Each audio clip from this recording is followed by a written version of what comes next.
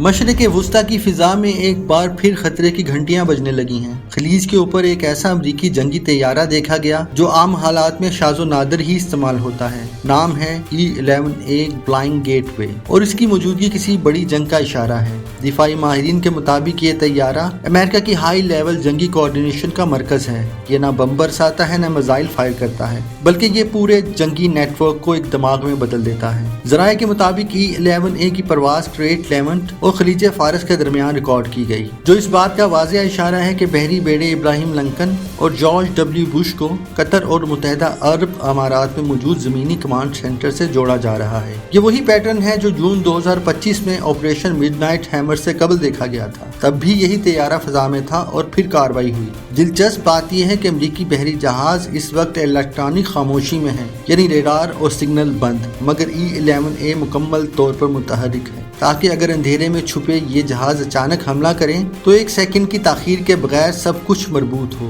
Reports के मुताबिक ये तैयारा 50,000 से ज़ायद अमरीकी फ़ौजियों और 2 मुकम्मल कैरियर स्ट्राइक ग्रुप्स की कोऑर्डिनेशन में कलीदी किरदार अदा कर रहा है। सवाल ये नहीं कि यह तैयारा क्यों आया, असल सवाल ये है क्या अमेरिका किसी बड़ी कार्रवाई से पहले आखिरी टेस्ट कर रहा है, या ये महज ईरान के लिए खामोश मगर सख्त वार्निंग है।